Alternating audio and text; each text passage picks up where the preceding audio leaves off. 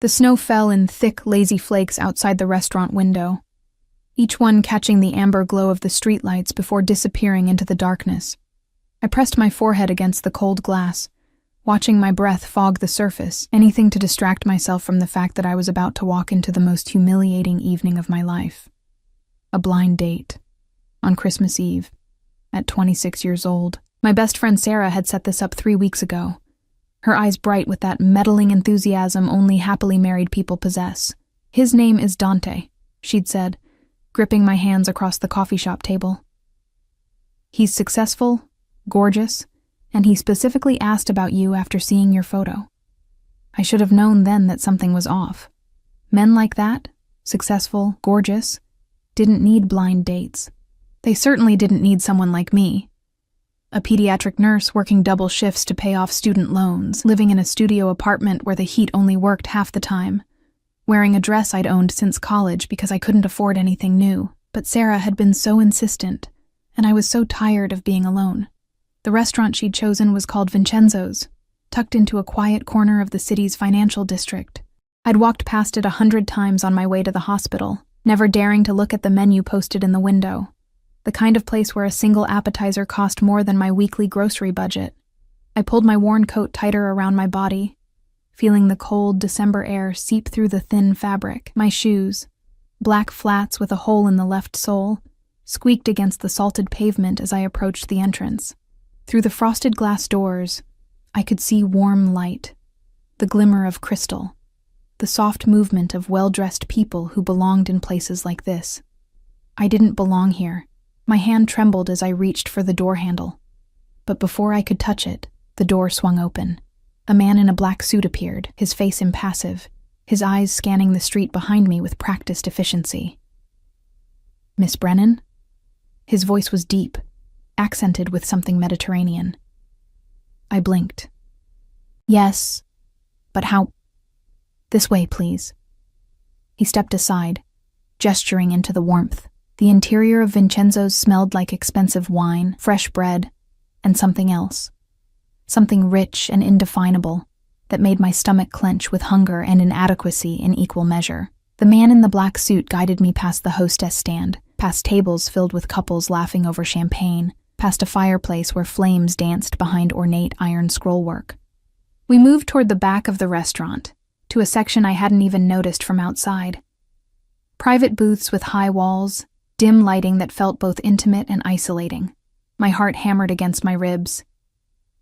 "He's waiting for you," the man said, stopping before a booth tucked into the corner, half hidden by a carved wooden screen. I smoothed down my dress, a simple navy blue thing that had seemed acceptable in my apartment, but now felt threadbare and cheap. My fingers caught on a loose thread at the hem. Perfect. Then I saw him. He sat with his back to the wall, a position that gave him a clear view of the entire restaurant. The first thing I noticed was his suit.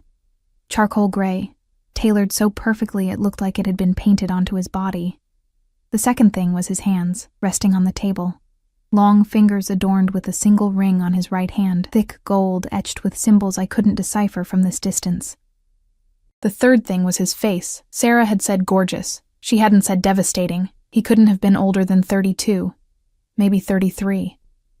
Dark hair swept back from a face that could have been carved from marble. Sharp jawline, high cheekbones, a mouth that looked cruel even when it wasn't smiling. But his eyes, God, his eyes. Even from several feet away, I could see they were dark, almost black, and they were fixed on me with an intensity that made my breath catch in my throat. He didn't stand when I approached, didn't smile, just watched me with those dark eyes as I stumbled forward, suddenly hyper-aware of every flaw.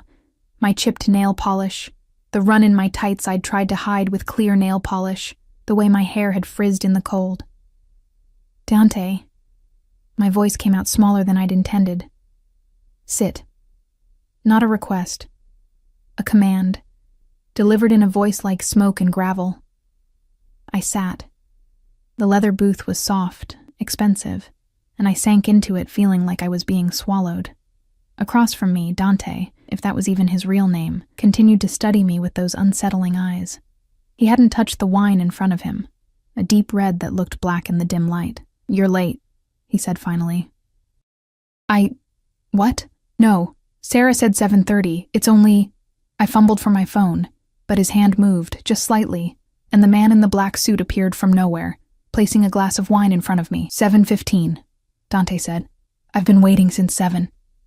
My cheeks burned. I'm sorry, I thought... Sarah got the time wrong. He leaned back, and I caught a glimpse of something at his collar. A flash of ink, a tattoo creeping up from beneath the crisp white shirt. She does that sometimes, doesn't she? Gets details wrong. The way he said it made my spine straighten. You know Sarah? I know of Sarah. His eyes never left my face. Her husband works in acquisitions. We've crossed paths. Something about the way he said crossed paths made my stomach twist, but I couldn't pinpoint why. I reached for the wine glass, needing something to do with my hands, and took a sip. It was the best wine I'd ever tasted, which wasn't saying much given my usual budget extended to whatever was on sale at the corner store. You're a nurse, Dante said. Not a question. Pediatric nurse, at Mercy General.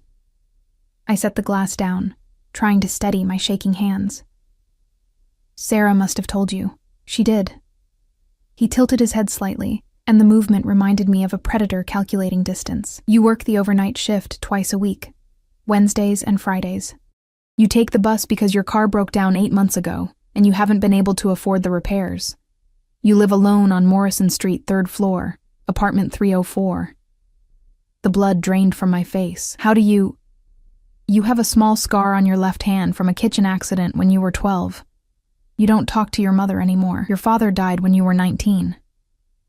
He leaned forward, and I could smell him now. Something expensive and dark. Cedar and smoke. You're drowning in student debt and you skip meals to make rent. You're exhausted, Emma. You're so tired you can barely see straight. I should have run. Every instinct I had was screaming at me to get up, to leave, to get as far away from this man as possible, but I couldn't move, couldn't breathe, could only stare at him as he smiled for the first time, a slow curve of his mouth that didn't reach his eyes.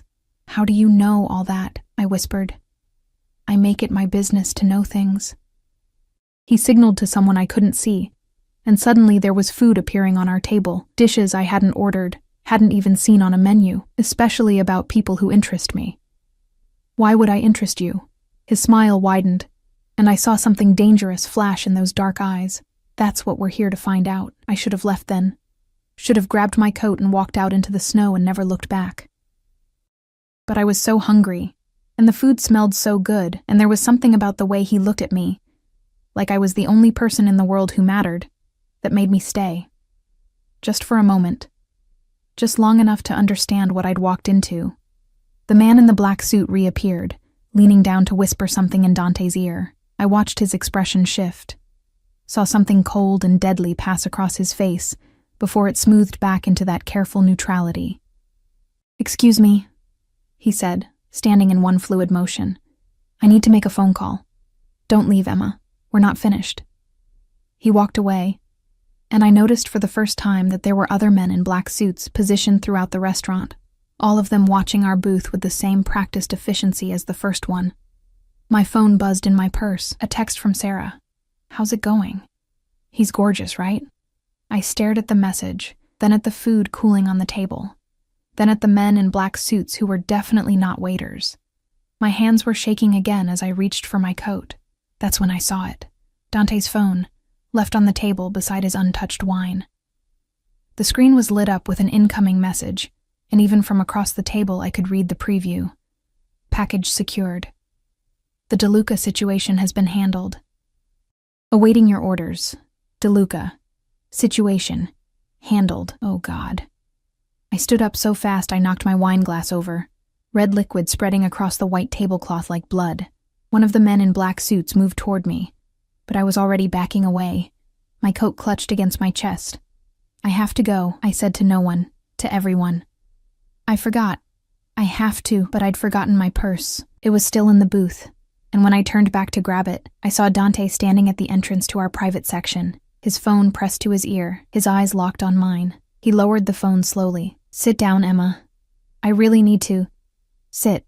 Down. The temperature in the room seemed to drop 10 degrees. Every instinct I had was screaming danger, but my legs wouldn't move. The men in black suits had closed in, not threateningly, but enough that I understood. Leaving wasn't an option anymore. I sat. Dante returned to the booth, settling back into his seat with the casual grace of someone who'd never been denied anything in his life. He picked up his wine glass, took a slow sip, then set it down with deliberate precision. "You read my message," he said calmly. "I didn't mean to. You're afraid now." He studied me with those dark eyes. "Your pulse is racing. I can see it in your throat. You want to run." "Please," I whispered. "I don't know what this is, but I don't want any part of it. I'll forget everything. I swear You spilled wine on a $15,000 tablecloth," he interrupted, his voice still calm, still controlled. "That's unfortunate. $15,000 for a tablecloth. I'll pay for it," I said desperately, even though we both knew I couldn't. "I'll work it off. How?" He leaned forward again, and this time I could see the ink more clearly. A serpent or a dragon coiling up his neck. "You make $38,000 a year before taxes, after rent, utilities, loan payments, and food. You have approximately $200 left each month. How exactly would you pay me back, Emma?" Tears burned behind my eyes. "What do you want from me?"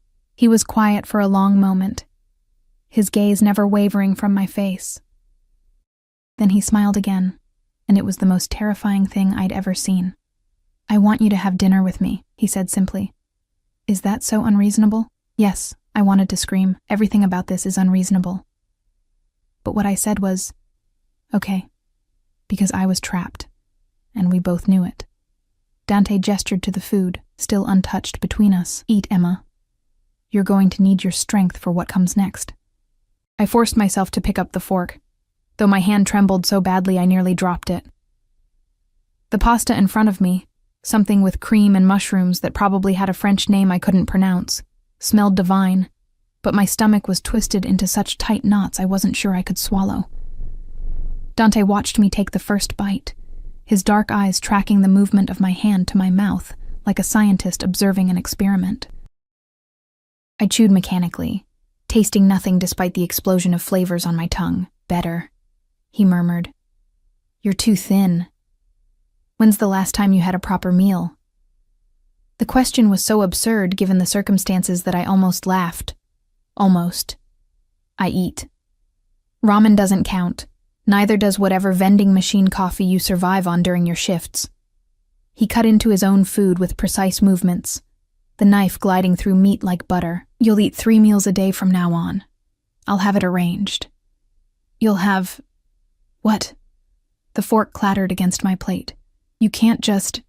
"I can." He took a bite, chewed, swallowed, all while maintaining eye contact. "I do what I want, Emma. The sooner you understand that, the easier this will be." "Easier." My voice cracked. "What is this exactly? Why am I here? Why did you..." I gestured helplessly at the table, at him, at everything. "Sarah said this was a blind date, but you already knew everything about me. You've been watching me." "Yes." The casual admission hit me like a physical blow. "That's insane. That's stalking. Call it what you want."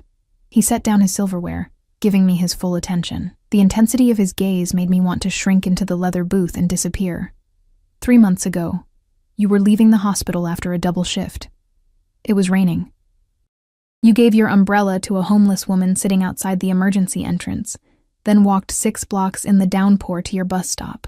I remembered that night, remembered the woman's grateful smile, the way the rain had soaked through my scrubs, how I'd shivered the entire bus ride home. 2 months ago, Dante continued, you spent your day off volunteering at the children's shelter on 5th Street. You brought books from your own collection, even though you can barely afford groceries. Last month, you covered a coworker's shift, even though you were already working 60 hours that week, because her daughter was sick and she'd have lost her job otherwise. Each word felt like he was peeling back my skin, exposing parts of myself I'd never meant for anyone to see. How do you know all this? I told you.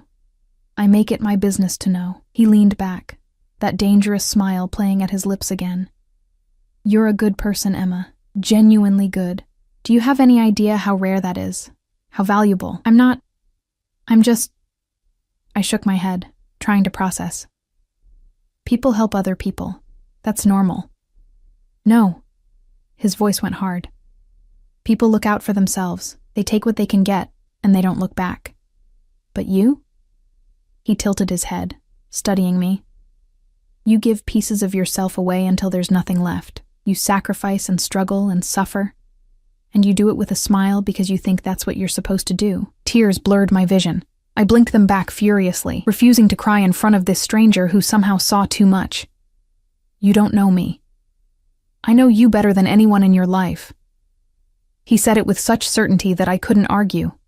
"I know you're drowning and too proud to ask for help. I know you're exhausted and alone and barely holding on. And I know that tonight, you came here hoping maybe, just maybe, someone might see you as more than invisible." The tears spilled over then, hot tracks down my cold cheeks. I swiped at them angrily, humiliated. "What do you want from me?" Dante was quiet for a long moment. Then he reached across the table and caught my wrist. Not roughly, but firmly enough that I couldn't pull away. His thumb pressed against my pulse point, and I knew he could feel how fast my heart was racing. "I want to take care of you," he said softly. "I want to make sure you never skip another meal. Never work yourself into exhaustion. Never have to choose between paying rent and fixing your car. I want to give you everything you've been denying yourself." It sounded like a dream, like a fairy tale, like a trap. "Why?" I whispered. His grip on my wrist tightened fractionally. "Because you're mine now." The words should have terrified me. They did terrify me. But there was something else underneath the fear.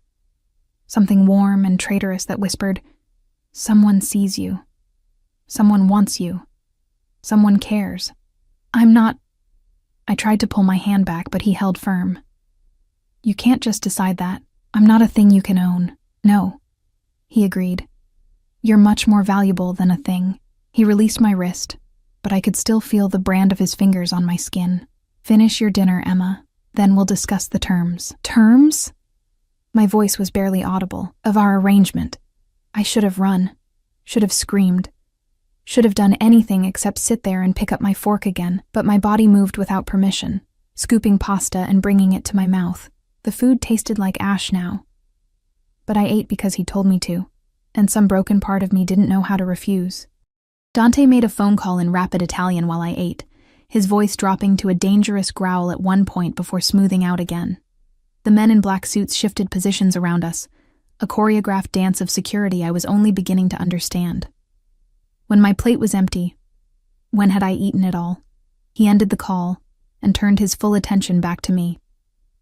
"Better?" he said approvingly, "some colors coming back to your face." He signaled, and one of his men appeared with a leather folder. Dante opened it, extracted something, and slid it across the table. A check. Made out to me. For $50,000. I stared at it, unable to process the numbers. "What is this?" "Consider it an advance." He said it like $50,000 was nothing. Pocket change. "That should cover your student loans, your back rent, and leave enough for you to buy some proper clothes and food. Tomorrow, someone will deliver a car to your apartment. Something reliable, safe. Your shift schedule at the hospital will be reduced to 3 days a week, normal hours only. You can't. I don't..." My hands were shaking again, worse than before. "I can't accept this." "You can. You will." He pulled out another document, this one several pages long. "This is a contract. It outlines the terms of our arrangement. You'll read it, sign it, and then you'll come home with me tonight." The room tilted. "Home with you?" "No, absolutely not." Yes, no room for argument in that single word. "You're not going back to that apartment, Emma. It's not safe." "Not safe from what?" But I already knew the answer. Not safe from him. From whatever world he inhabited, whatever darkness he brought with him. From people who might want to hurt you to get to me. He said it so matter-of-factly, like violence was as natural as breathing. "The moment you walked through that door tonight, you became associated with me. That makes you a target. Then let me leave," I begged. Let me walk away. I'll forget all of this, I swear.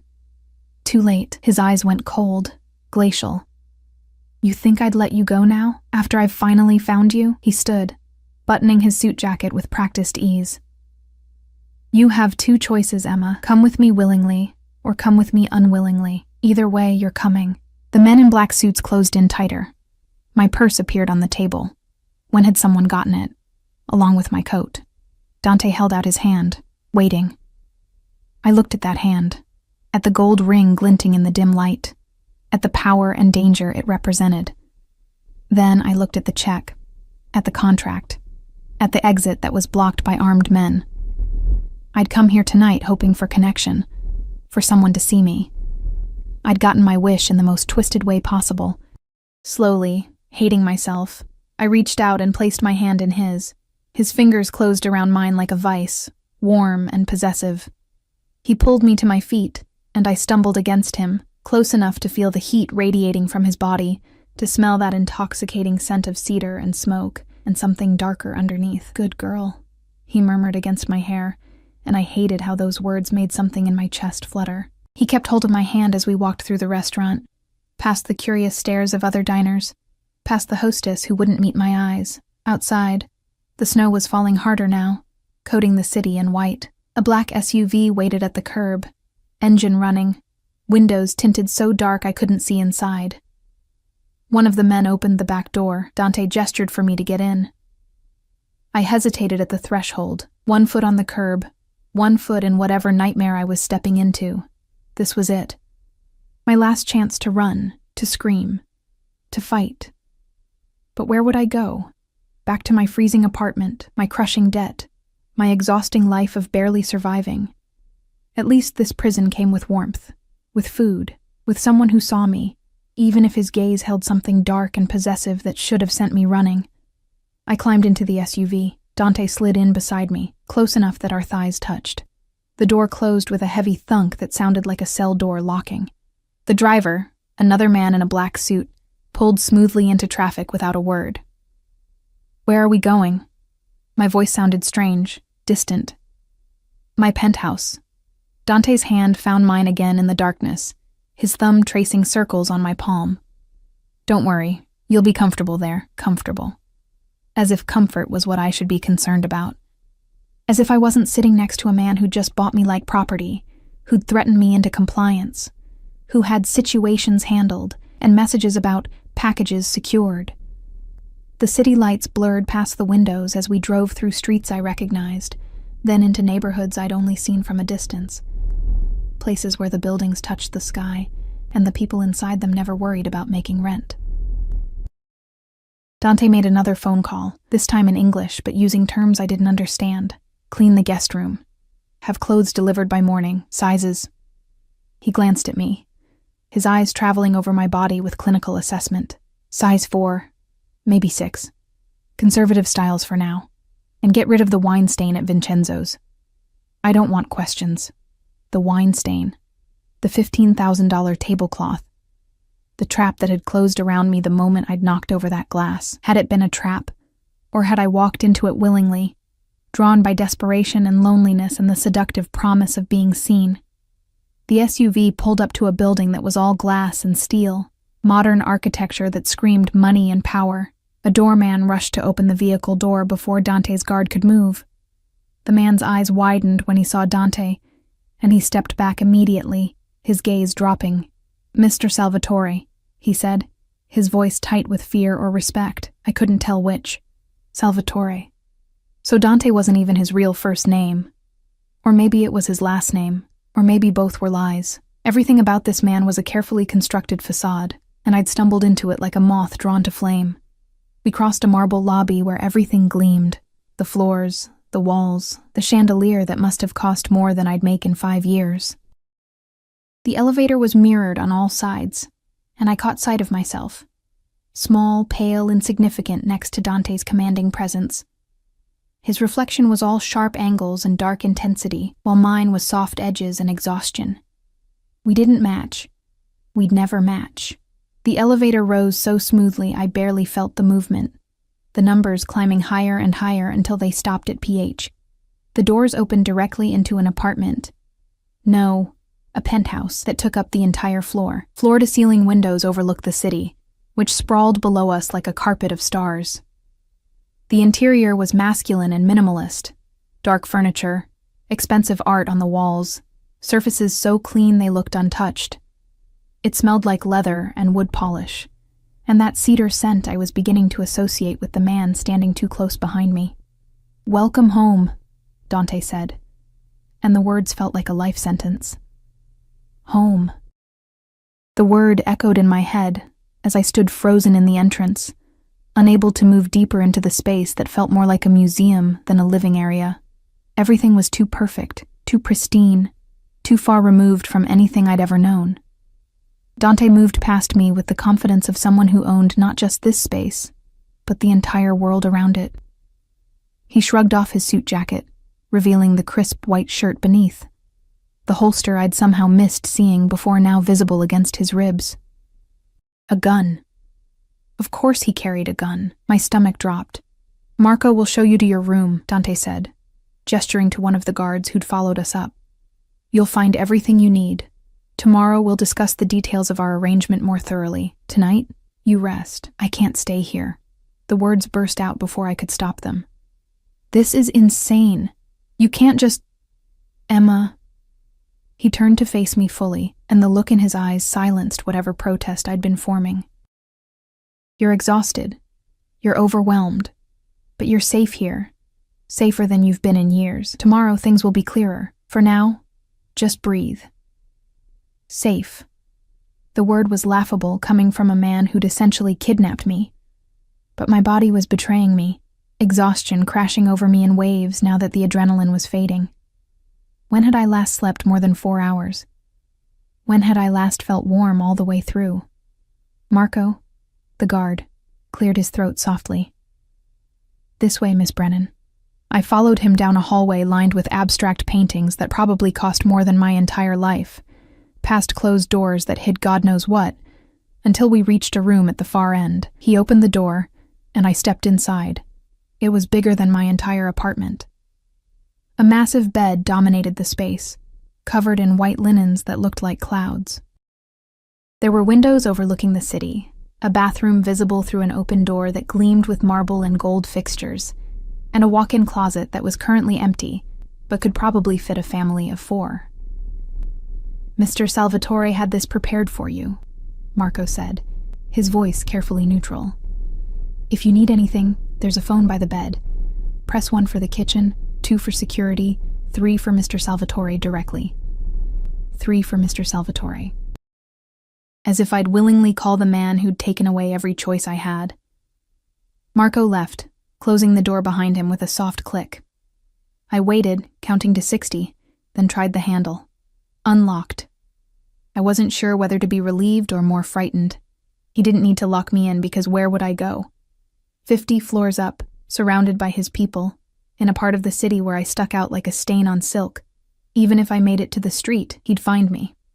He'd already proven he could track my every movement. I moved to the windows, pressing my palms against the cold glass.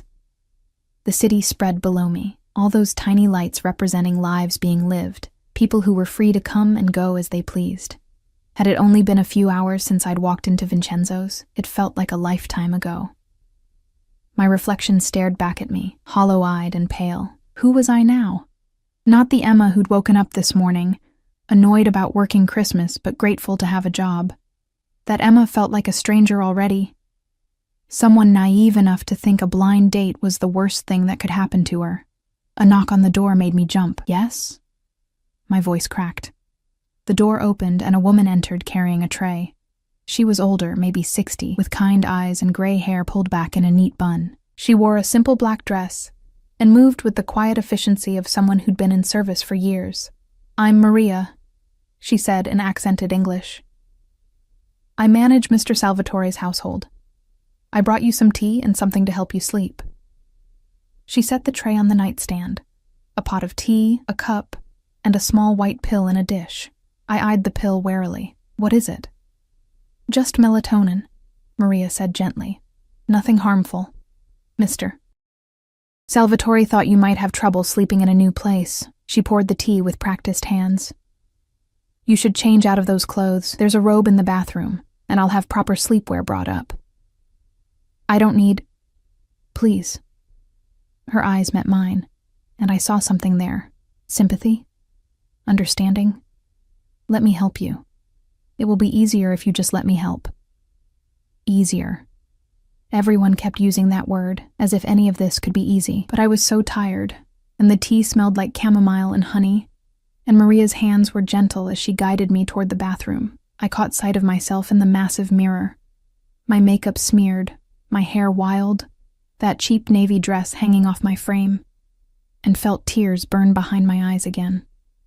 I'll draw you a bath, Maria said, already moving toward the enormous tub. You'll feel better once you're warm. I wanted to argue, to maintain some shred of dignity or resistance. But what was the point? I was here. He'd won. Fighting would only make it harder, just like Maria said. The bath was heaven, scented oils and heat that seeped into my bones, washing away the grime of the day, if not the stain of what had happened. Maria had left the robe as promised, thick white terry cloth that felt like being wrapped in a cloud. When I emerged, she was waiting with a nightgown, simple but clearly expensive, the fabric cool and soft against my skin. Drink your tea, she urged, pressing the cup into my hands. And take the pill. You need rest. I obeyed, too numb to resist. The tea was sweet and warm, coating my throat. The pill was small, easy to swallow. Maria fussed around the room, turning down the bed, dimming the lights, treating me like I was something precious and breakable. Has he done this before? The question escaped before I could stop it. Brought women here? Maria paused, her hand on the light switch. When she turned to face me, her expression was carefully controlled. No, Miss Brennan. Never. In the 5 years I've worked for Mr. Salvatore, you're the first woman to set foot in this penthouse. I didn't know whether that made things better or worse. Sleep now, Maria said softly. Tomorrow is a new day.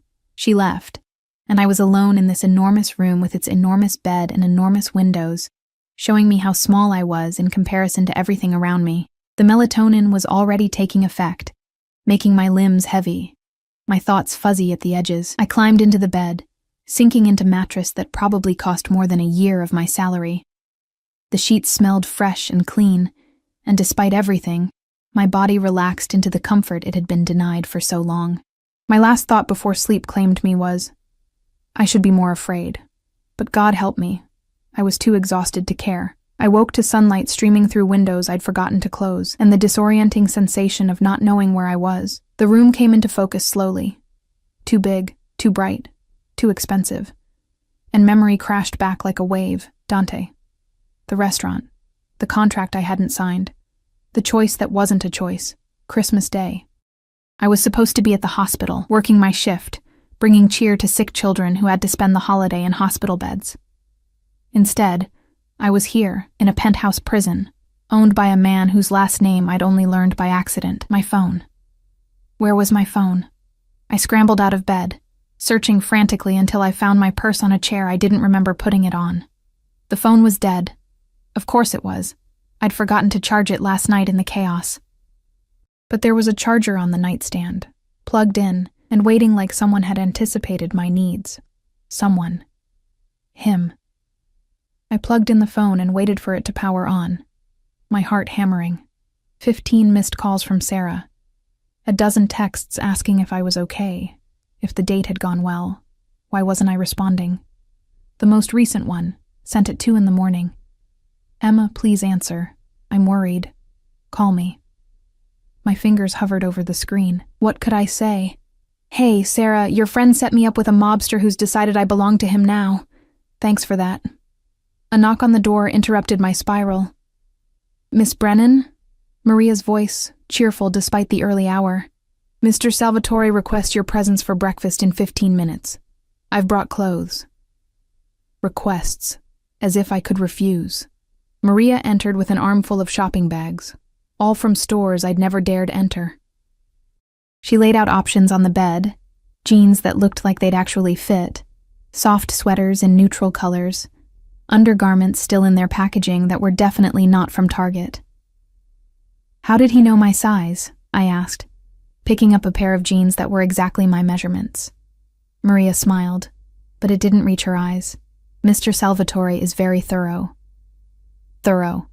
Another word for invasive, controlling, terrifying. I dressed in a daze. The jeans fit perfectly, as did the cream-colored sweater and the bra that probably cost more than my weekly grocery budget. Everything felt like armor and a costume at the same time, transforming me into someone who might belong in a place like this. Maria guided me back through the penthouse. And in daylight, I could see details I'd missed last night. Family photos in expensive frames. Dante as a child with people who had the same dark eyes, the same sharp features. Art that belonged in museums. Security cameras in every corner. Tiny red lights blinking like watching eyes. The dining room overlooked the city, all glass and light, and a table that could seat 12 but was set for 2. Dante sat at the head, reading something on a tablet, dressed casually in black pants and a dark gray sweater that somehow made him look more dangerous than the suit had. He looked up when I entered, those dark eyes traveling over me in assessment. Something flickered in his expression. Approval, possession, hunger, before it smoothed into neutrality. "Good morning, Emma. Sit." I sat in the chair to his right, the only one with a place setting. Coffee appeared immediately, poured by a young man in a white jacket who vanished as quickly as he'd come. The coffee smelled incredible, and despite my determination to resist everything about the situation, I wrapped my hands around the warm cup and took a sip. It was the best coffee I'd ever tasted. "You slept well," Dante observed. Not a question. "How would you know?" He gestured to something I couldn't see. "The cameras showed you didn't move all night. That's good. You needed rest." "Cameras. In my bedroom. Watching me sleep." The coffee turned to acid in my stomach. "You watched me sleep?" "My security team monitors all areas of the penthouse." He said it like it was perfectly reasonable. "For your safety." "That's..." I set down the cup before I threw it. "That's a violation. You can't just..." "I can." He leaned back in his chair, studying me with that unsettling intensity. "And I will. Every moment you're in my care, I need to know you're safe. That means cameras, guards, and yes, monitoring where you are and what you're doing. You'll get used to it. I'll never get used to being watched like a prisoner." "You're not a prisoner." His voice hardened slightly. "Prisoners don't get designer clothes and gourmet meals. Prisoners don't have every comfort provided for them. Prisoners don't get offered $50,000 and a better life. Prisoners don't get choices either." I shot back, surprising myself with the venom in my voice, just like I didn't get a choice about being here. Silence fell between us, tense and crackling. Dante's jaw tightened, and I saw his hands flex against the table. Once, twice, before he controlled whatever impulse had risen. "You're right," he said finally. And the admission shocked me. "You didn't get a choice. But Emma, if I'd given you one, what would you have chosen? To go back to that apartment where the heat doesn't work? To keep drowning in debt? To work yourself to death for people who don't appreciate what you do? That's not..." "Yes, it is." He leaned forward, and I found myself trapped in his gaze. "I'm offering you a way out. Security, comfort, protection. All you have to do is accept it. And what do you get?" I demanded. "Nobody does this out of kindness. What do you want from me?" The smile that curved his lips was dark and predatory. "I want you. Here, with me, where I can see you and know you're safe. I want to come home and find you waiting. I want to give you everything you've been denied and watch you bloom." "Is that so terrible?" "Yes," I wanted to scream. "Because it's not real. Because you're not offering me freedom. You're offering me a gilded cage." But the words stuck in my throat, because part of me, a broken, desperate part, whispered, "Would that be so bad?" Food arrived then, plate after plate of breakfast items I'd only seen in magazines. Eggs Benedict, fresh fruit, pastries that smelled like butter and sugar and heaven. My stomach growled despite my anger, betraying me. "Eat," Dante commanded softly. "Then we'll talk about the contract." The contract. The terms of my imprisonment. I picked up my fork, hating myself, hating him, hating how good the food tasted and how warm the penthouse was, and how the clothes fit perfectly, and how some twisted part of me was already wondering what it would be like to just surrender, to stop fighting and let someone else carry the weight for a while, even if that someone was the devil himself. The contract sat between us on the table like a coiled snake, its pages crisp and white against the dark wood. Dante had produced it after breakfast, sliding it across to me with the same casual confidence he applied to everything else, as if my signature was inevitable, a foregone conclusion. "Read it carefully," he said, refilling my coffee cup without asking if I wanted more. "Take your time. Ask questions." I pulled the document closer, my hand still trembling slightly from the caffeine or the fear or both. The letterhead read Salvatore Enterprises in embossed letters, and the first page was dense with legal terminology that made my head swim. But I forced myself to focus, to read every word, because this wasn't just a contract. It was the terms of whatever prison sentence I'd stumbled into. The basics were clear enough. I would reside at Dante's penthouse for a minimum of 6 months. During that time, all my expenses would be covered: food, clothing, medical care, anything I needed. My student loans would be paid in full. A monthly allowance of $5,000 would be deposited into my account. In return, I would be available to Dante as he required. Available. The word made my skin crawl. "What does available mean?" I asked, my voice tight. Dante leaned back in his chair, watching me over the rim of his coffee cup. "It means you're mine. You live here, you follow my rules, and when I want your company, you provide it. Company." I forced myself to meet his eyes. "You mean sex?" "If that's what I want, yes." He said it without shame, without hesitation. "But that's not all I want, Emma. I want someone to talk to at the end of a long day, someone to share meals with, someone who's here, present, not just physically but emotionally. You want a girlfriend." The word tasted bitter. "Except I don't get to leave, and you're paying me to be here. I want more than a girlfriend." His eyes darkened, and something in his expression made my breath catch. "I want you to belong to me completely. Your time, your attention, your presence. In exchange, you'll have everything you've ever needed and more." I looked back down at the contract, my vision blurring. There were clauses about confidentiality. I couldn't discuss anything I saw or heard while living with him. Clauses about my whereabouts. I needed permission to leave the penthouse, and would always be accompanied by security. Clauses about termination. If I breached the contract, I'd owe back every penny he'd spent on me, plus damages. It was airtight. A trap designed by lawyers who knew exactly how to cage someone while making it look like a choice. "What if I refuse?" I whispered. "What if I don't sign?" Dante set down his cup slowly, deliberately. "Then you'll owe me $15,000 for the tablecloth, plus the cost of last night's meal, the clothes you're wearing, and the accommodations I've already provided. Call it $20,000, give or take. I'll expect payment within 30 days. $20,000. Money I didn't have and couldn't get. That's extortion. That's business." He tilted his head, studying me. "But I'm not unreasonable, Emma. If you truly want to walk away, I'll give you an alternative. Work off the debt. At your current nursing salary, accounting for taxes and your existing obligations, it would take approximately," he paused, calculating, 4 years, during which time I'd expect regular payments with interest, of course. 4 years. 4 years of drowning even deeper, of never escaping the cycle of debt and exhaustion. 4 years of knowing he was out there, watching, waiting for me to miss a payment so he could collect. Or I could sign.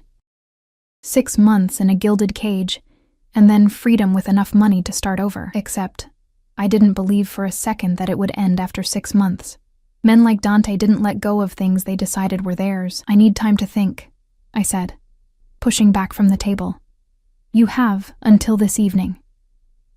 Dante stood as well, towering over me even from several feet away. "I have business to attend to today. Marco and 2 other guards will remain here with you.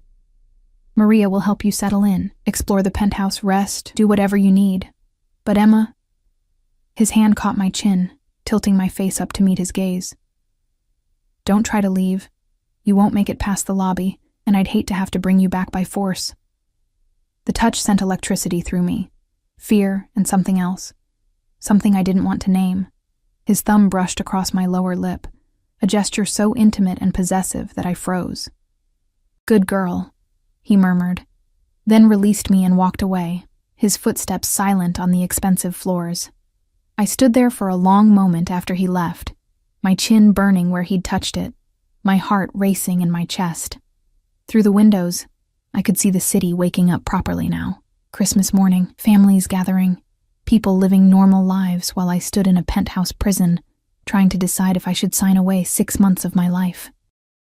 Maria appeared in the doorway, her expression carefully neutral. "Would you like a tour of the penthouse, Miss Brennan? Or perhaps you'd prefer to rest?" "A tour," I said, needing to move, to do something other than stand here spiraling. The penthouse was even larger than I'd realized. 4 bedrooms, each with its own bathroom. A library with floor-to-ceiling bookshelves filled with volumes in multiple languages. A gym that was better equipped than any I'd seen. A media room with a screen that took up an entire wall, and Dante's office, which Maria showed me from the doorway without entering. "Mr. Salvatore's private space," she explained. "No one enters without permission." I peered inside, catching glimpses of dark furniture, more books, and a massive desk covered in papers and computer monitors. The room smelled like him, cedar and smoke and power. "Has he ever brought anyone else here?" I asked again, needing confirmation of what she'd told me last night. "Any other women?" Maria shook her head firmly. "Never. Mr. Salvatore is very particular about his privacy. He doesn't bring business associates here. He doesn't host parties. And until you, no woman has crossed this threshold." "Why me?" The question burst out before I could stop it. "What makes me so special that he'd go to all this trouble?" Maria's expression softened with something that might have been pity. "That's a question only Mr. Salvatore can answer, Miss Brennan. But I've worked for him for 5 years, and I've never seen him look at anyone the way he looks at you, the way he looks at me, like I was something precious and breakable that he wanted to protect and possess in equal measure." My phone buzzed in my pocket. It had been buzzing periodically all morning with texts from Sarah that I'd been ignoring. This time, though, it wasn't Sarah. It was an unknown number. "Stop ignoring your friend. Tell her you're fine and spending Christmas with family. Don't make me remind you of the confidentiality clause you haven't signed yet. D." I stared at the message, ice flooding my veins. He was watching. Even when he wasn't here, he was watching. I typed back with shaking fingers. "You're insane." The response came immediately. "I'm thorough. There's a difference. Now text Sarah before she calls the police." He was right, of course. Sarah would absolutely call the police if I kept ignoring her, and that would create complications neither of us wanted. With numb fingers, I opened her message thread and typed out a lie that tasted like ash. "Hey, sorry for the radio silence. Date went great, actually. Ended up going to his place and then his family's house for Christmas. Phone died. I'm fine, having a good time. We'll call you tomorrow." The response was instantaneous. "OMG, Emma! I knew you two would hit it off. Tell me everything tomorrow. Merry Christmas."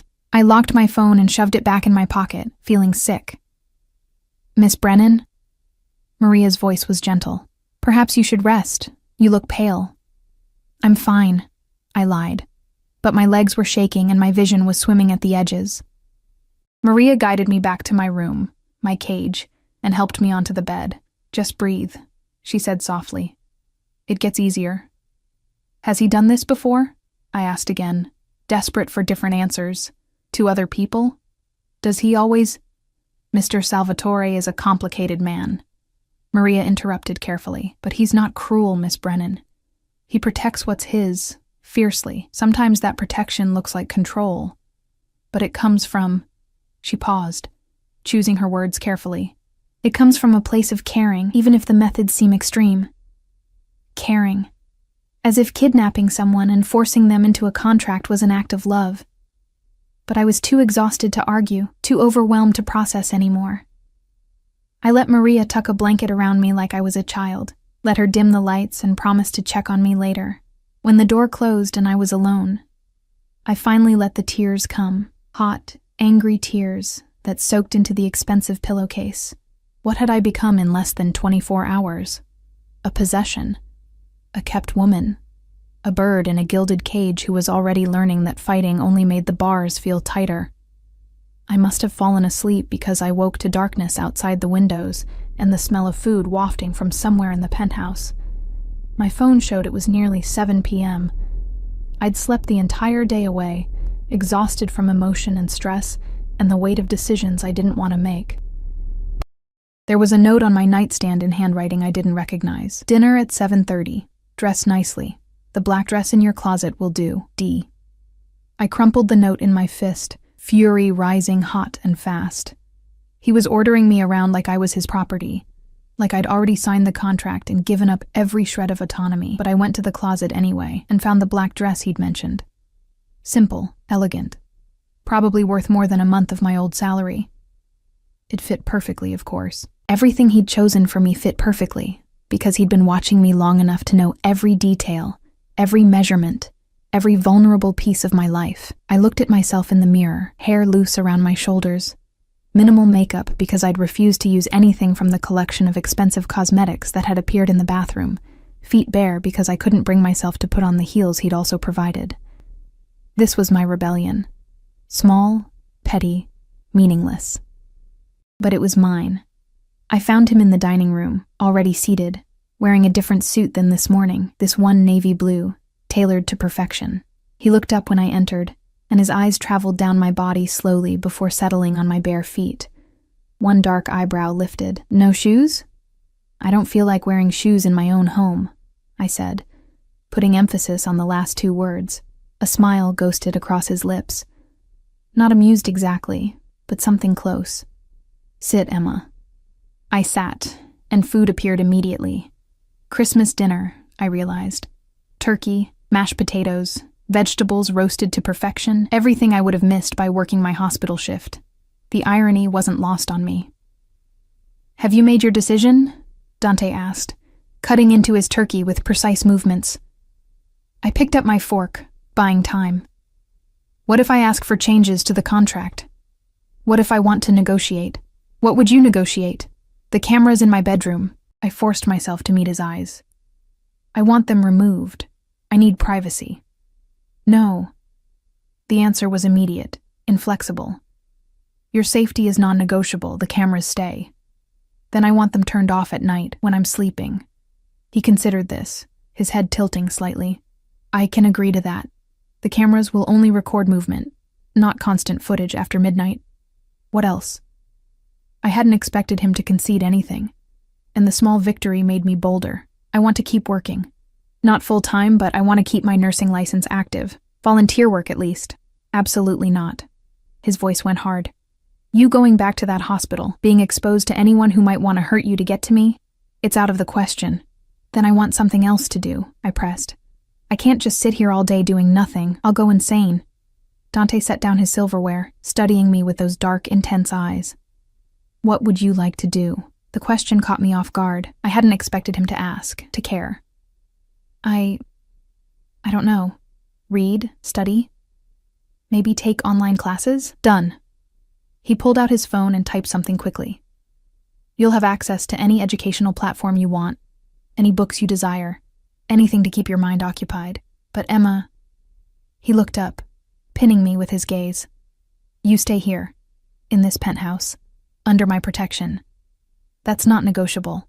Protection. The word he used when he meant control. But it was more than I'd had this morning. Small freedoms, tiny concessions, proof that maybe he wasn't completely inflexible. 6 months, I said quietly. And then I'm free? Completely free? Something flickered in his expression, too quick to read. 6 months. After that, we'll discuss the terms of extending our arrangement. I don't want to extend. You will. He said it with absolute certainty, like he could see the future and knew exactly how this would end. 6 months from now, Emma, you won't want to leave. You'll have everything you need, everything you've been missing. You'll be safe, cared for, protected. Why would you choose to go back to struggling? Because I'll be free, I wanted to say, because freedom is worth more than comfort. But I didn't say it. I just picked up my fork and ate the expensive Christmas dinner in silence, while Dante watched me with those dark, possessive eyes. After dinner, he produced the contract again. "Sign it, Emma. Stop torturing yourself with the illusion of choice. We both know how this ends." He was right. He'd always been right. From the moment I'd walked into Vincenzo's, maybe even before that, my fate had been sealed. I picked up the pen he offered, heavy, expensive, probably worth more than my weekly paycheck had been. The signature page stared up at me, that blank line waiting for my name. 6 months. I could survive 6 months. I signed. Dante took the contract, his fingers brushing mine deliberately, and something in his expression shifted. Triumph, possession, satisfaction. He pulled out his phone, and within seconds, I heard the chime of a notification on mine. I checked it. A bank transfer confirmation. $50,000, just like he'd promised. "Welcome home, Emma," Dante said softly, dangerously. "Now you're truly mine." The first week passed in a blur of adjustment and resistance, of learning the boundaries of my new existence while testing them at every opportunity. Dante was gone most days, disappearing before dawn and returning late at night, always accompanied by his shadows in black suits. But even when he wasn't physically present, I felt him everywhere. In the cameras that tracked my movements, in Maria's careful management of my schedule, in the guards who appeared whenever I approached a door or window. I tried to establish a routine. Mornings in the library, losing myself in books I'd never had time to read. Afternoons studying online courses in child psychology. Dante had been true to his word about education. Evenings waiting for him to come home, hating how my pulse quickened when I heard his footsteps in the hallway. He was possessive in ways that should have terrified me, but instead created a confusing cocktail of fear and something darker. He wanted to know what I'd done every moment he was gone, what I'd eaten, what I'd read, who I'd spoken to, though the answer was always the same: no one. He'd touch me constantly, a hand at the small of my back, fingers threading through my hair, his palm pressed against my cheek, claiming ownership with every casual caress. But he didn't push for sex, and I couldn't decide if that was a relief or more unsettling. He'd kiss me sometimes, hard and demanding, his hands gripping my hips or tangling in my hair, pulling me against him until I was breathless and dizzy. Then he'd pull away, leaving me confused and aching, his dark eyes glittering with satisfaction at my response. "When you're ready," he'd murmur against my temple. "When you come to me willingly, not because of a contract, but because you want to. That's when I'll have all of you." It was a different kind of trap, one that required my surrender rather than my submission. 2 weeks in, I made my first real mistake. I'd been reading in the library when I found his laptop, left open on the desk. He was in the shower. I could hear the water running from his bedroom suite. The screen showed an email chain, and my name caught my eye before I could stop myself from looking. Emma Brennan. Background report. My hands shook as I scrolled through the document. Everything was there. My entire life laid out in clinical detail. My father's death from cancer when I was 19, leaving behind medical bills that had destroyed my mother. My mother's subsequent spiral into alcoholism and our estrangement. My decision to become a nurse despite the crushing debt. Every job, every address, every relationship I'd ever had, and photos. God, so many photos. Me leaving the hospital, me at the grocery store, me sitting alone in my apartment, visible through a window I'd never thought to cover, surveillance photos taken over months. The date on the earliest one made my stomach drop, 8 months ago. He'd been watching me for 8 months before that blind date. "Find something interesting?" I spun around so fast I knocked the laptop, catching it before it fell. Dante stood in the doorway, hair damp from the shower, wearing only dark pants that hung low on his hips. The tattoos I'd glimpsed that first night were fully visible now, a serpent coiling up his ribs, symbols and script in a language I didn't recognize covering his chest and arms. "You've been watching me for 8 months, I said, my voice shaking. 8 months. How is that not insane? He moved into the room with that predatory grace, and I backed up instinctively until my spine hit the bookshelf. "I told you I make it my business to know things. I saw you at the hospital 9 months ago." You were comforting a child who'd just lost his mother, telling him stories, making him laugh even though he was broken inside. And I thought. He stopped in front of me, close enough that I could smell his soap, see the water droplets still clinging to his collarbone. I thought, there's something genuine in this world after all. So you stalked me? The words came out as barely a whisper. I learned about you, he corrected. I wanted to understand what made you different. Why you gave so much when you had so little. Why you smiled even when you were exhausted. Why you were real when everyone else was performing. His hand came up to cut my face, thumb tracing my cheekbone. And the more I learned, the more I knew I had to have you. Had to protect you before this world crushed all that light out of you. You don't protect people by imprisoning them, I said. But my voice had lost its strength. His touch was doing things to me, making my thoughts fuzzy, my resistance crumble. Don't I?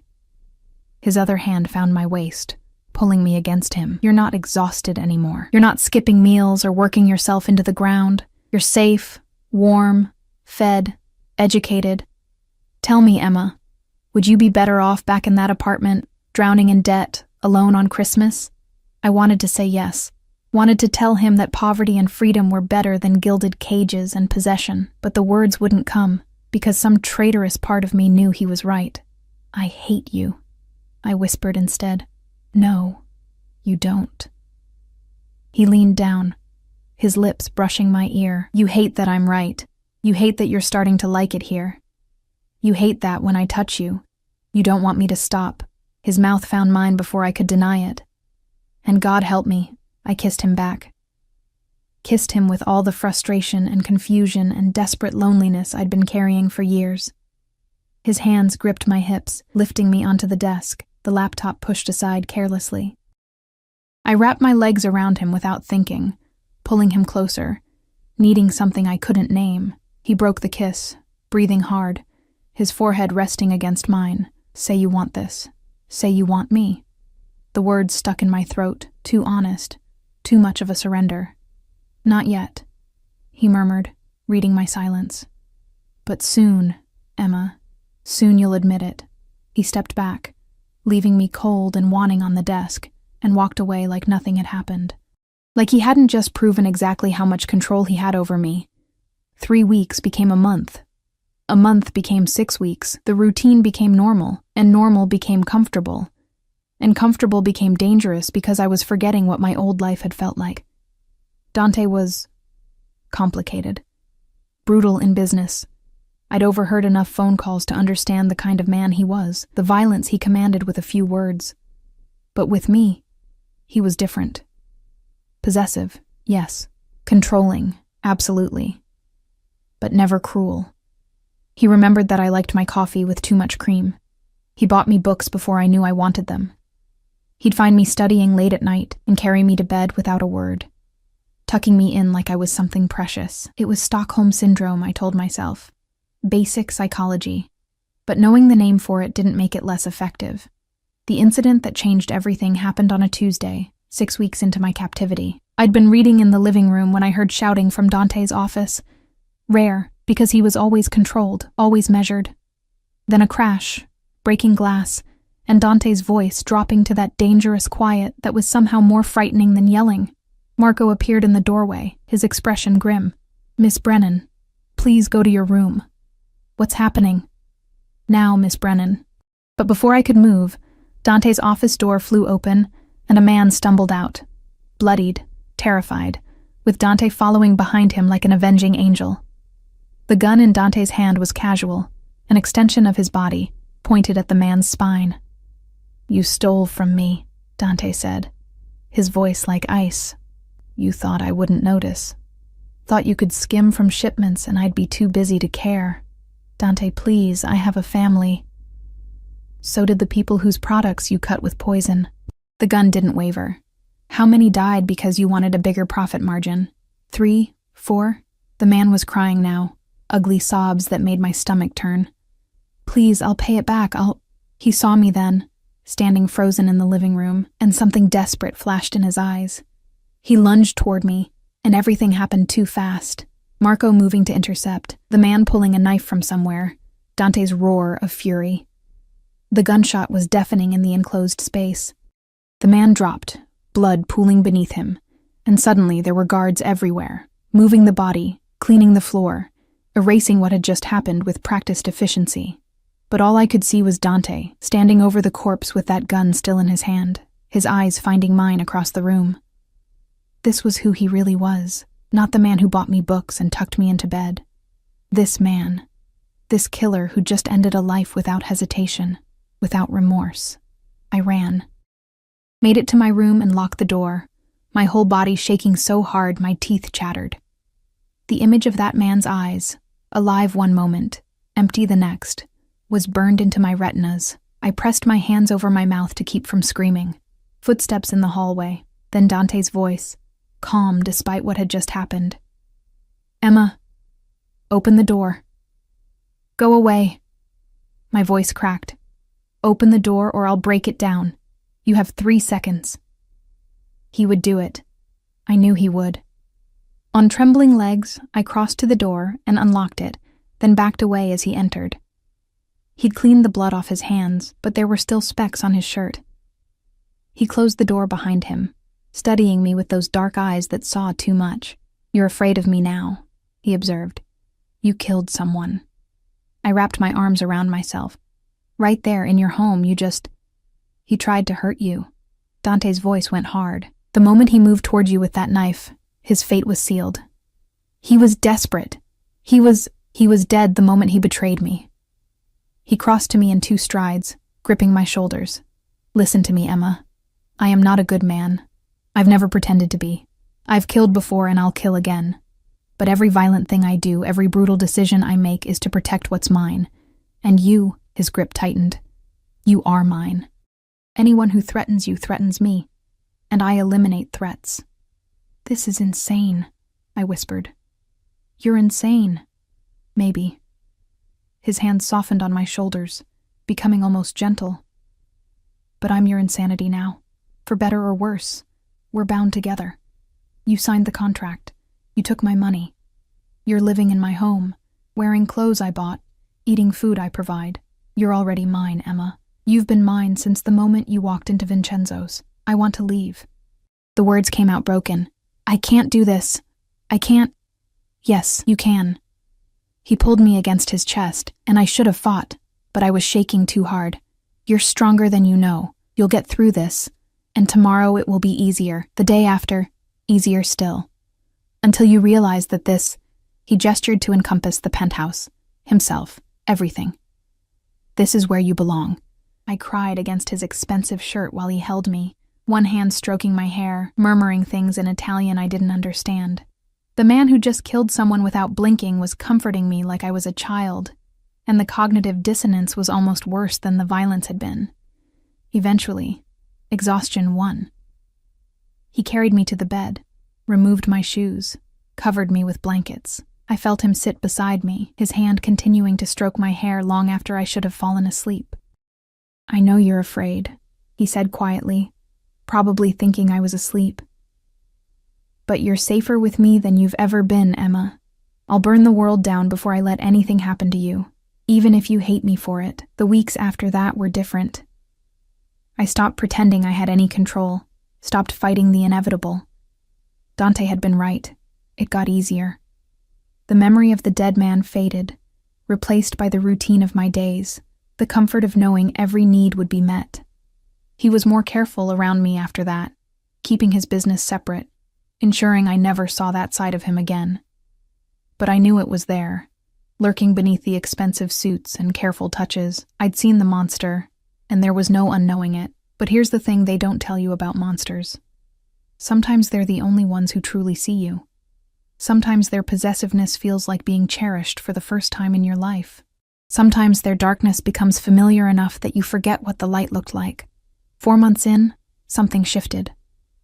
I was in the library, my sanctuary, when Dante came home early. I heard his footsteps, knew he was looking for me, and found myself setting down my book with anticipation rather than dread. He appeared in the doorway, still in his work suit, looking tired in a way I'd learned to recognize. Bad day. Difficult decisions. blood on his hands that no amount of washing would clean. "Come here," he said quietly. I went. Not because I had to, not because of the contract, but because I wanted to ease that tension in his shoulders. Wanted to be the light in his darkness the way he'd somehow become the steady ground beneath my chaos. He pulled me onto his lap as he sank into one of the leather chairs, burying his face in my neck. "Tell me about your day," he murmured against my skin. "Tell me something good." So I did. Told him about the psychology course I was taking, about the theory I'd been reading, about the coffee Maria had made that morning that had been perfectly sweet. Normal, mundane things that seemed to drain the violence out of him inch by inch. His hands moved over me, not sexual, just grounding, needing to feel me solid and real beneath his touch. "You're happy here," he said. Not quite a question. "I'm content." The admission felt like defeat and victory simultaneously. "You were right. I don't skip meals anymore. I'm not exhausted all the time. I'm learning things, growing in ways I couldn't before, but..." He pulled back to look at me, reading the hesitation in my voice.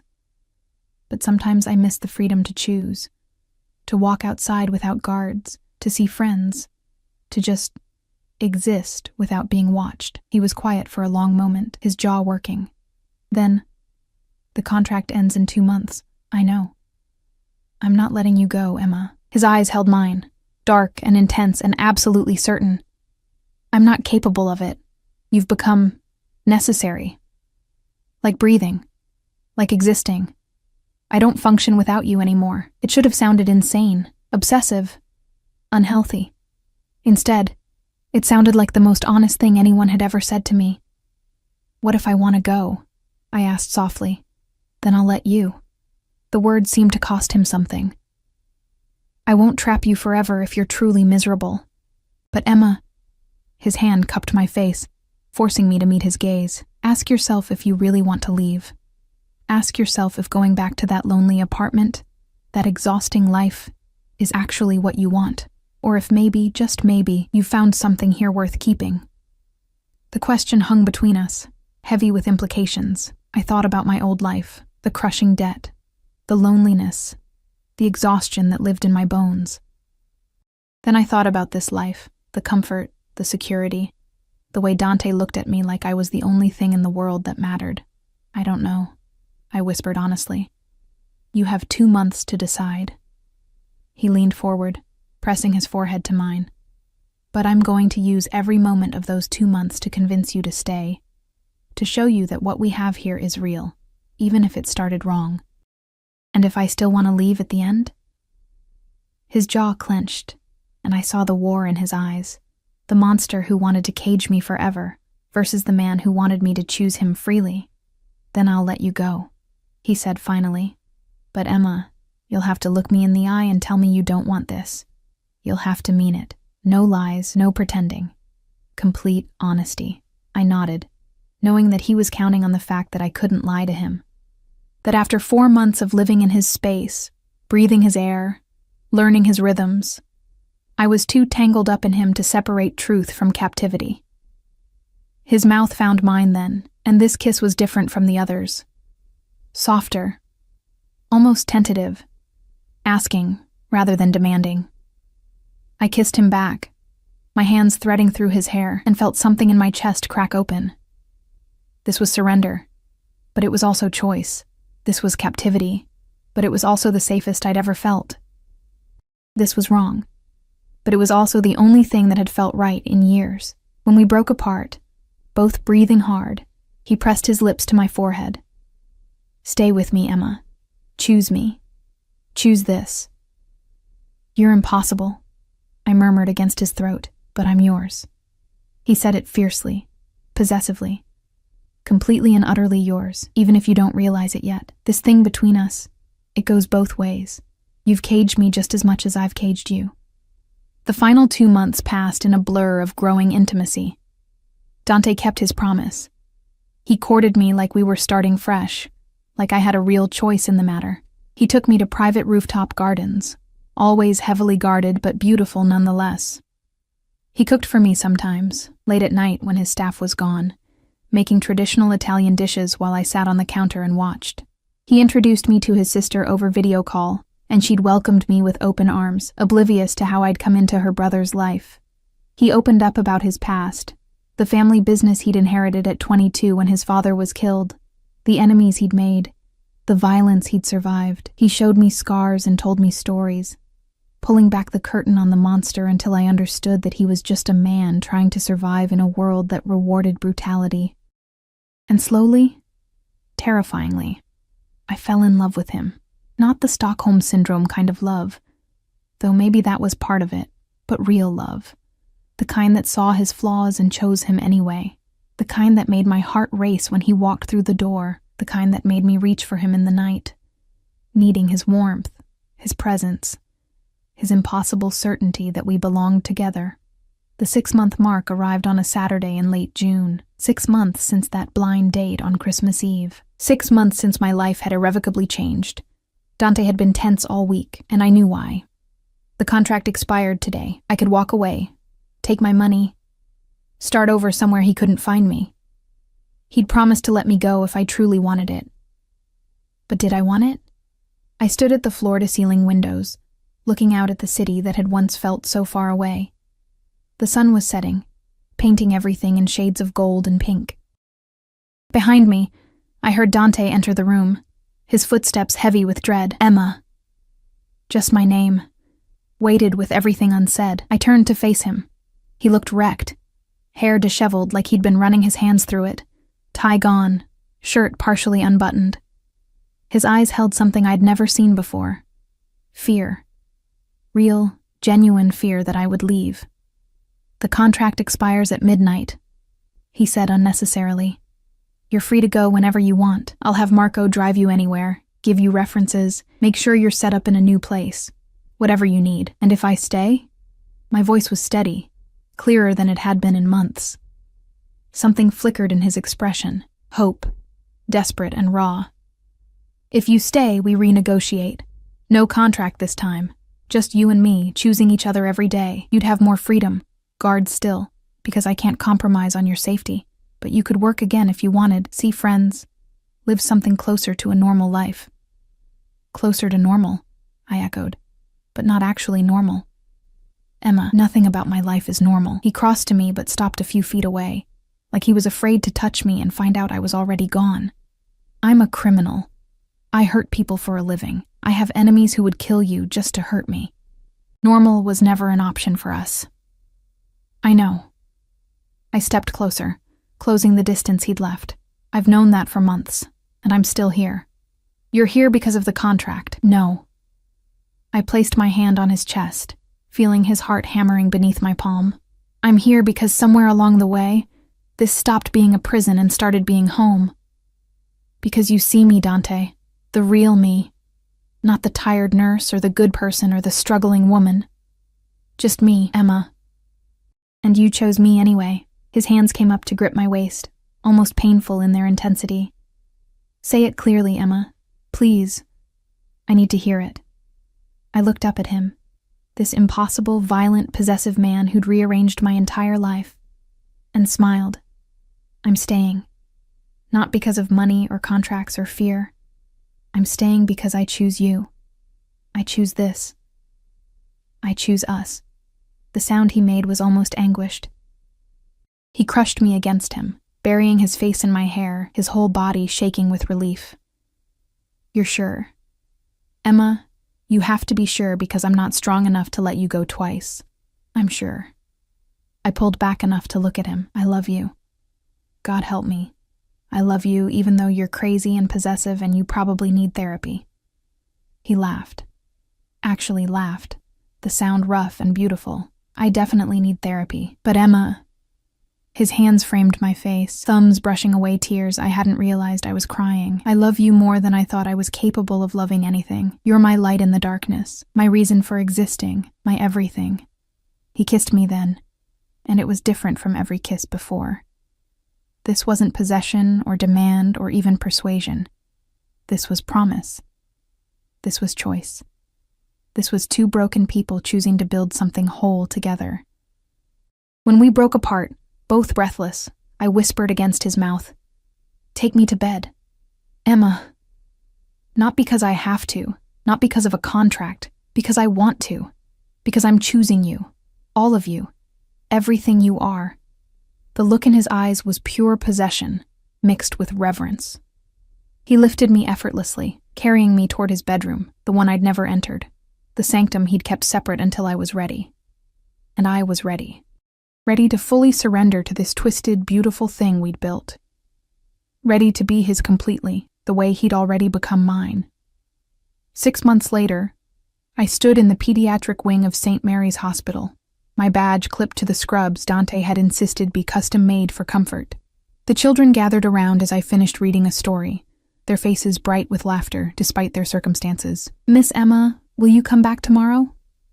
a little girl asked, her IV pole draped with decorations I'd brought. "I'll be here every Tuesday and Thursday," I promised, ruffling her hair. "You can count on it." Marco waited by the door, always present but less obviously than before. I'd gotten used to the guards, the way they shadowed my movements. They were part of my life now, part of the package deal of loving Dante Salvatore. My phone buzzed. A text from Dante. "Dinner at 7. I'm cooking. Don't be late." I smiled, typing back, "I'll be there. Love you." The response was immediate. "Love you more. Always." Sarah had eventually learned the truth, or a version of it, and had been horrified at first, but she'd seen how I'd changed, how I glowed now, how the exhaustion had left my eyes. She didn't understand it, couldn't comprehend how I'd fallen for a man like Dante, but she'd accepted it because she saw I was happy. And I was. Deliriously, impossibly happy in a life that should have been a nightmare, but had somehow become a dream. Was it healthy? Probably not. Was it conventional? Absolutely not. But it was mine. Chosen freely after all the illusions had been stripped away. I'd come to that blind date on Christmas Eve expecting nothing, hoping for connection, terrified of disappointment. Instead, I'd found a man who'd seen me at my most invisible and decided I was worth everything. Who'd taken my life apart and rebuilt it into something stronger, even if his methods were questionable. I'd found home in the most unexpected place. In the arms of a monster who loved me like I was his salvation, and maybe I was. Maybe we saved each other, him from his darkness, me from my invisible drowning. Maybe that's what love was supposed to be. Two broken people becoming whole together. As I left the hospital that evening, Marco falling into step beside me, I thought about that girl who'd walked into Vincenzo's 6 months ago. She'd been so afraid, so lost, so alone. She wasn't any of those things anymore. I was Emma Salvatore now. We'd gotten married in a small ceremony 3 months ago, just family and his closest associates. I was a Mafia wife, a kept woman, a bird in a gilded cage who'd learned to love her prison because it came with wings. The SUV waited at the curb, warm and safe, ready to take me home to the man who'd orchestrated my entire life with the precision of a maestro conducting a symphony. I climbed in, thinking about the dinner waiting, the life we were building, the future stretching ahead of us.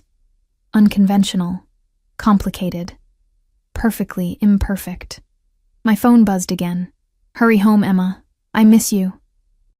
And I realized that somewhere between captivity and choice, between fear and love, I'd stopped running from Dante Salvatore.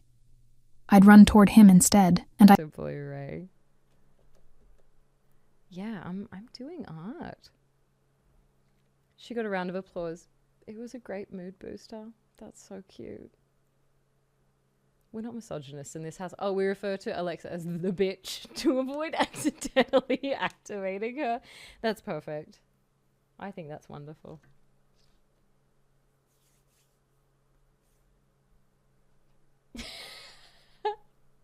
Oh, wait. Okay, ads just started. What the hell? I thought they were going the whole time. Oops. Oopsie.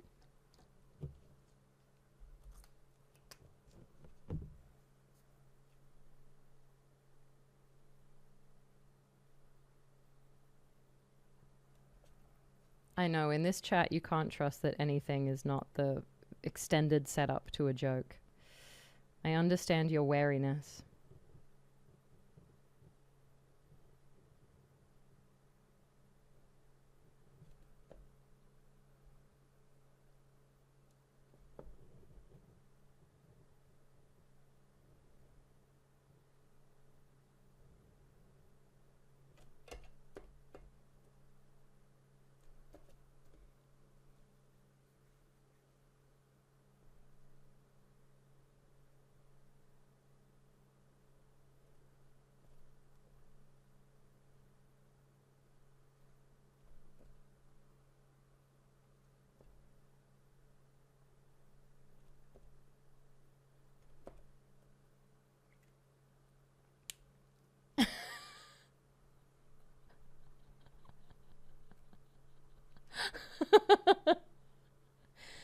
Alexa, play My Ass is on Fire by Mr. Bungle.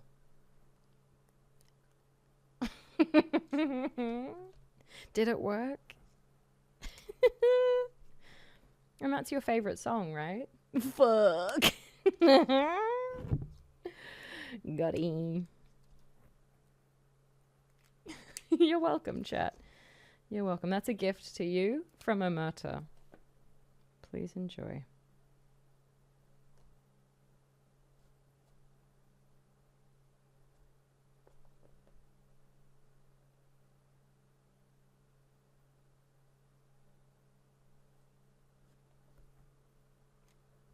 The fuck is this?